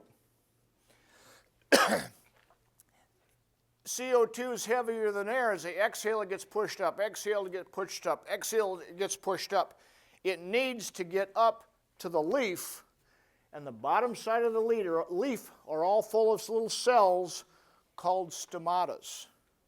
These stomatas open and close to grab CO2. It's humidity sensitive, it's temperature sensitive, and it's mineral sensitive. This CO2 becomes a major portion of what makes up the majority of the plant. Now, if you remember back to your honeymoon, you may have needed more air on your honeymoon than you need right now. What's my point? A young plant doesn't have to have a great big deep aerobic zone. But when that plant gets to reproduction, it needs air and it needs to have all these minerals in place. You can put them in the starter. You can put them on the seed. If you used 1034O in the past, you can't put that on the seed. Why do you suppose they don't want you to put 1034O on the seed? Salt.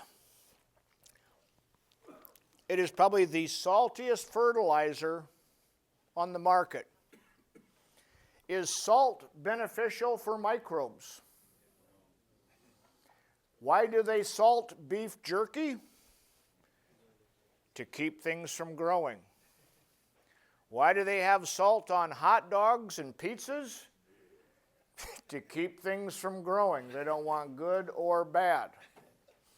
What's my point? There is salt in almost every conventional fertilizer. There is salt in almost every chemical, fungicide, insecticide, herbicide.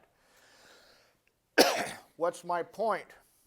The alkali that's showing up around the country on some of your neighbors' ground, sad to say, is they bought the ingredients that killed that soil. The reason that the bottom soil is dead, because your topsoil is short of this, air. How do we know this? Because we went out with a penetrometer, and I tell guys, it's like, your problem isn't in the low dead spot. That's the symptom of a problem up higher. And they give me the bull look like, I don't know if you know what you're talking about. It's like, let's go to the top of the hill and see how tight it is. And as he's doing this, I'm digging a plant up. And it's like, you must have hit a rock or you hit a hard spot. And some guys are honest, it's like, there must be a lot of rocks up here. The whole place is hard. Well, and as I'm digging up a root, the roots are only about 2 inches deep. We get to the bottom dead alkali spot. I said, be careful when you push this down, because most guys are working the area of the field that is alkali, and that's the wrong part of the field. I said, this will be the softest part of your whole field. And he's like, really? And they'll go to push in, and they'll just about fall over forwards because there isn't compaction in those bottoms. Why? Almost everything in the world carries a polarity. Now, we're into physics here. I got to be careful because this gets really, really deep. And for any of you guys that have been here before, you know that got to put our thinking caps on for this one. In physics and in polarities, you either have a positive or a negative. Opposite polarities attract. Men and women, God has a sense of humor. If you take two guys and put them too close, there's going to be some pushing and some shoving.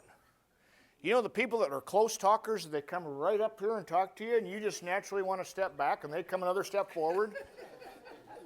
All of the sodium all carries a positive charge, and just like guys, if we're shoved into the bathroom and there's 15 of us in there, there's going to be some pushing and shoving, and I'm probably going to be one of the first ones to go down because I'm not as tough as you guys are. Just like pigs or cows in a truck. If you pack them in too tight, one's going to go down. That's why these alkali spots are growing. That's why the salt and the sodium is climbing up the hill. That's why they're getting bigger. A, because your neighbor's buying salt and sodium, and B, the topsoil on the hills doesn't have enough air. We know this because we've seen it. To give you an example that has nothing to do with your lives here in South Dakota, we do a lot of work in California.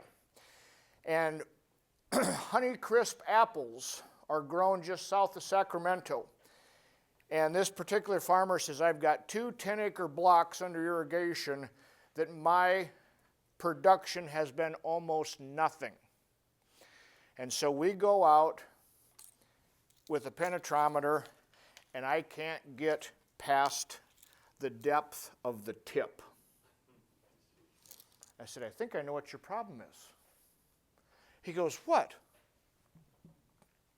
He goes, well, how do I get air in there? Well, with this type of soil, there was alkali, it was hard pan, plow pan, and dirty, rotten, nasty hard. To give you an idea, we put down 2 pounds of our calcium. He goes, now what do we do? I said, remember where it is, but do nothing different.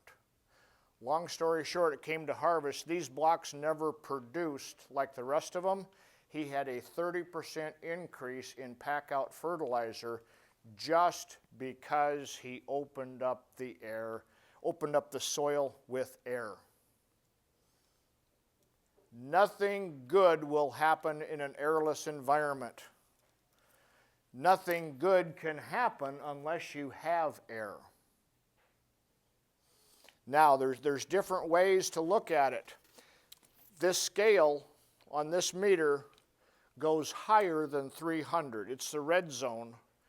If you're wondering why certain weeds grow certain places and not in others, most thistles, Canada thistle, bull thistle, musk thistle, their taproot can push through 800 psi of soil pressure.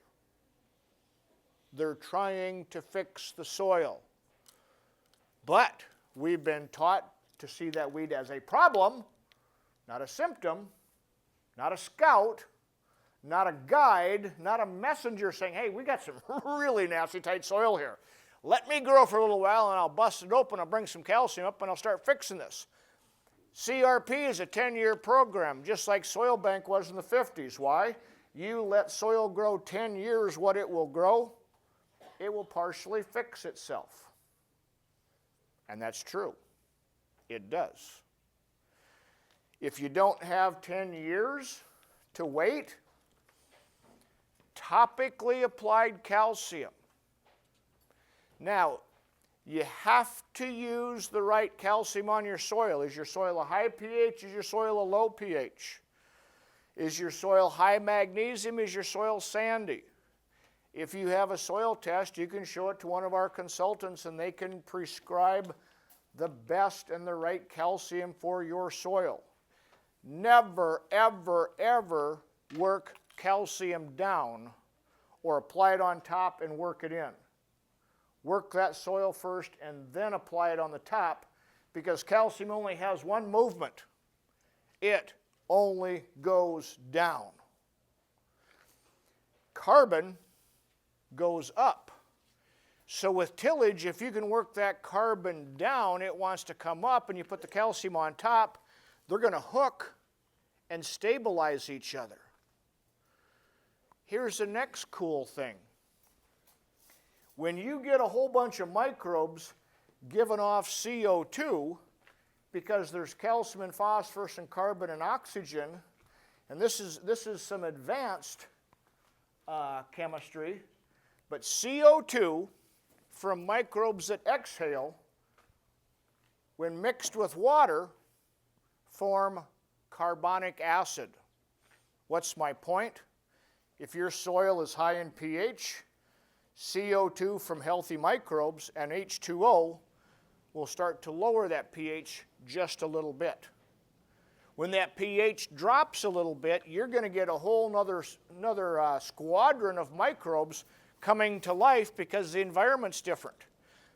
Here's the thing about microbes. There isn't a lot of good, accurate information on microbes because they are microscopic. When the temperature changes a couple points, a lot of your microbes will change. When the moisture changes, a lot of your microbes will change. Humidity, the moon, the calcium, the phosphorus, the pressure, many things will change the actual strain of microbe that is working. So, what's the best information? Calcium and phosphorus, carbon and oxygen, and make sure that soil has air. You can have all the food in the world, but if you run out of air, nothing matters. Now in 15 minutes, we only got 15 minutes to eat, so if you're getting hungry like me, hang on, we're getting close. If you are a true no-tiller, dyed in the wool through and through, you will not need to pick up a knife or a fork, because if you're a no-tiller, you will get your food, you will unbutton your shirt, and you will lay down and you'll flop all the groceries on your chest and stomach and wait for it to osmotically absorb through your skin, because that's what no-till is trying to do in soil. We've never had anybody do this before. Now, at the last break, I asked everybody to shake somebody's hand and introduce themselves to somebody they didn't meet. There were 12 of you that didn't do it. I know who you are, so I'm hoping at lunch, please introduce yourself. Don't be shy. Everybody's a good person at heart, and you may find out that you have a very good friend for life by introducing yourself to someone new. Questions, comments, or concerns? No. Here's the thing. This is the majority of the meeting. I wanted to keep it short, sweet, simple, and 100% common sense and logical. The take home here is you need calcium and phosphorus for carbon and oxygen, but what's the number one thing you have to survive? Can you say that again, please? Oh, I love hearing that. We are the Breath of Fresh Air company. We work all over the world. If you saw the projector showing different parts of the country, you may have seen pictures from New Zealand or Australia or South Africa. I don't know, there may have been pictures from Kazakhstan, different parts of the world. We aren't just a Yankton, South Dakota company. We have our fingers in a lot of different areas. And the beautiful thing is, this works everywhere. Here's the exception.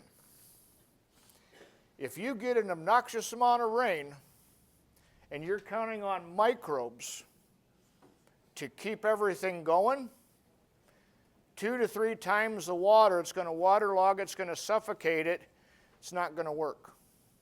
So how do you fix it? Sorry? So then what? How many times do we get 2 to 3 times the rain we normally do? I got some wet areas at home. I was actually hoping you had some good advice. Well, now here's the other thing. It was brought up to me, we've got a guy that's been doing intelligent tillage, and for him intelligent tillage is a Salford. Other guys, intelligent tillage is a Turbo Till or Turbo Max. More of a vertical disturbance of the soil or an airway. Opening that ground up. Here's what he finds. After a rain, it takes him longer to get into the field, and his neighbors are giggling and laughing because he has softer soil. But on the other hand, his bottom ground isn't dead. Why? Because carbon worked into the soil will hold 4 times its weight in water. Carbon will hold 4 times its weight in water. And many times when I explain something that maybe a person has never thought about, I always like to relate it to something that's simple. Sugar has a lot of carbon in it. What makes sugar hard after it's sat in the bag for a while? How do you suppose that water got into the sugar? It's electrical. There's more electricity in the soil than what anybody wants to talk about. There's more electricity in chemicals and fertilizer than what most people want to talk about. Putting a high salt fertilizer on ground that you want microbes to last, exist, and work for you in, that high salt fertilizer would be very comparable that when we were kids, probably similar to you, somebody got a neighbor kid to pee on an electric fence. You guys did too. I'm glad we're not the only warped ones of the world. My brother got our neighbor to pee on an electric fence. I will never, for as long as I live, forget the look and the tension when everything connected. I mean, he's getting everything ready, all of a sudden, oh! That's what the microbes do with a 1034O, with a high salt fertilizer. The last thing we're going to cover here before lunch is, why do the chemical companies put salt in fertilizer and chemicals? They need the electricity because microbes are not able to live in that environment. A different analogy is, anybody ever work cattle and somebody had a hot shot and they were a little bit too happy on the trigger? Cattle went up, down, through. Think about this. When you press the button on that hot shot, what do you suppose that spark weighs? that can get a 2,000-pound bull to beller, kick, and jump over anything in front of it. That's physics. That's energy. And here's what they're doing is these big companies are putting salt, more accurately sodium chloride. They're putting salt into all the chemicals because the way nature was created is the microbes would take certain minerals and they would make organic salts. What the chemical companies are putting in is inorganic salts. These organic salts that the microbes created would help them survive, would give them longevity, can be used by the plant. Inorganic salt, sodium chloride, table salt, which many of us may use for lunch, that is what's killing your bottom ground because the top ground doesn't have enough air, the water can't penetrate, and the sodium and salt come up and they leach to the bottom, and you see that's the problem. That's the symptom of airless soil on a higher elevation. What's the fix? Get some air in your upper soil, and calcium will also fix that alkali, that excess salt, that excess sodium. What's my point? White dead spots can be fixed. We have fixed them for years. The only time we can't fix it is if you get flooded by a neighbor's ground that has all kinds of chemical on it. If we go on your ground, alkali, and when I'm talking alkali, I'm talking a crust of white salt in wind, looks like snow blowing kind of salt. That's the kind of stuff we've fixed. So, if anything that I have said this morning makes sense, if you have compaction problems, if your neighbor has compaction problems, if their nitrogen bill is a little too high, if their chemical bill is a little too high, many times we've been misunderstood because I said we can grow better quality. And that was my fault, and all you guys returning here from previous years, I apologize to you, and that's a sincere apology.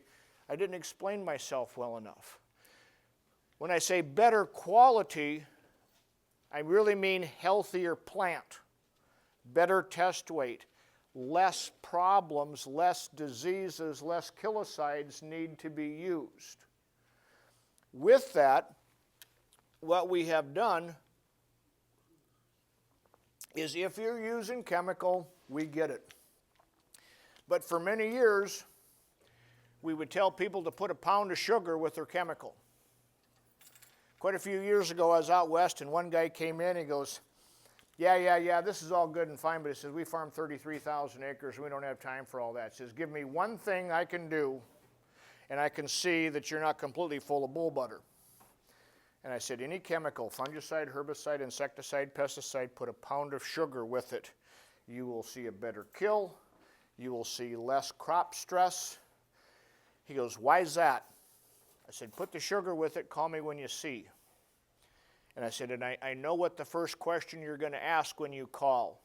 3 months later he calls and he goes, this is so-and-so, what's my first question? He says, you want to know how far you can back down your chemical. And I said, I'm not touching that with a 10-foot pole. He goes, why did a pound of sugar make my chemical work better? Because fungus, algae, and mold on the disease-causing side with a fungicide does not like carbon oxygen, does not like sugar. Weeds do not like sugar. Plant-feeding insects do not like sugar. Most soils that have this Palmer amaranth out of control, guess what their number one thing that they're short of? Air. They've got minerals, they got nutrients, they're short of air. Yes, sir. Sugar do you put in? Pound per acre, or what are you talking? A pound per acre to start with. If you're going to put a pound of sugar in with your chemical, please do a jar test first. In other words, take the chemical, take the sugar, and mix it together before you put it in the sprayer, because nobody likes plugged lines or nobody likes plugged tips. We haven't seen a problem, but there may always be a first. Now, there's a couple brothers that have a TV show, Ag PhD. Good guys, and they're giving a lot of great information on chemicals. Quite a few years ago, and we've been suggesting sugar for many, many years, we had several guys come up and say, well, the Hefty Boys talked about, they gave us your opinion on sugar in the chemical. It's like, okay. Said they think it's stupid. I said, I believe that. And I said, they're right. Well, he says, why would you agree with them? You guys are completely opposite. It's like, if your chemical works better, you can use less. What do they sell less of? They now have their own sugar. Coincidence, I'm sure. But good guys, knowledgeable guys, giving information on one side to react to symptoms. It's not how we do things. We would rather correct the cause. Questions, comments before we wind her up? Yes, sir. Glenn, will you be discussing worm activity at all today? Worm activity. Oh, you're going to get a lot of guys that say, oh, I don't want to till because I've got a lot of worms out there and I don't want to kill worms. If the aerobic zone is the digestive tract, do you want worms in a digestive tract? If worms are there, they're telling a story. The most efficient digester are microbes, fungi, the smallest critters available. If that soil gets out of balance or becomes upside down for some reason, the microbes spore off and go dormant. Maybe it's lack of air. The worms that are down deeper, worms like aerobic soil, but they look up, they go, oh crap. Come on, fellas, the bacteria are falling asleep and they're sporing off. The worms, the earthworms, the angleworms, the night crawlers will come up to take care of a problem that the microbes couldn't take care of. If this problem gets worse or harder to handle than what the worms can handle, you'll get a lower level of worms. Armyworms, wireworms, rootworms, cutworms, nematodes. So depending on which way you're going, if you've had the bad worms, the armyworms, wireworms, rootworms, cutworms, nematodes, and now you have angleworms, earthworms, night crawlers, you've done a good thing. Don't relax yet. You're not done yet. You've got to get to the microbe stage. So a lot of the things that they say that worms will come up and they will pull some leaves and pull it down and they make tunnels, that's all true. But a tunnel here and there versus having 10 million good bacteria per cubic inch, I'll bet on bacteria all day long. How do you feel about subsoiling? How do I feel about subsoiling? In the old days, we always, Subsoiling is a wonderful thing, and it's usually done on high magnesium soil. My analogy, when you have magnesium in excess on your soil test, it may be 15, 18, 20, 23% base saturation, or if you go out there when it's wet, it sticks to your boots, it sticks to tires, it sticks to hooves. I call high magnesium soil teenagers in love. They are very electrical and they can't get close enough. And that soil will grab onto each other, and it's electricity that holds that apart. So you come out with some high horsepower and you mechanically pry it apart and then leave. Guess what teenagers in love are going to do if the parents or something isn't regulating them? Right back together. If you subsoil, if you deep drip, it is a good thing, but please dribble down some calcium, dribble down some phosphorus, a little carbon, some liquid fish, and some microbes, and you will have a slot. In fact, we're just set up to do that on our farm after beans. It's an exaggerated strip till. But you got to put calcium in between the magnesium, otherwise you can go out with a penetrometer If you rip in the fall, you can go out in June and you won't be able to find where you ripped. And if you're curious, we can come out and we can show you that. But strip tilling is, or deep tilling is good if you can dribble some groceries that the microbes want and need down the slot.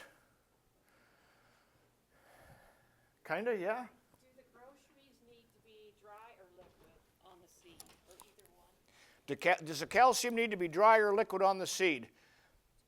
There's very few calciums that can solubilize. Ours is such a small amount. We've separated our calcium from a calcium carbonate. So our calcium is water suspendable, not necessarily water soluble. It won't go into solution, but it will go into suspension. And it's just a mere grams per acre. And here's the thing, and thank you, that's a very good question. Roots of a plant, we haven't found ever that they have teeth. That root is a straw. Everything the plant takes in needs to be in liquid form. So a liquid starter that's low salt, that has what the plant and the microbes need in liquid form. And if you're curious on a starter, we've got a ripping starter program that'll just get your microbes to get up and dance.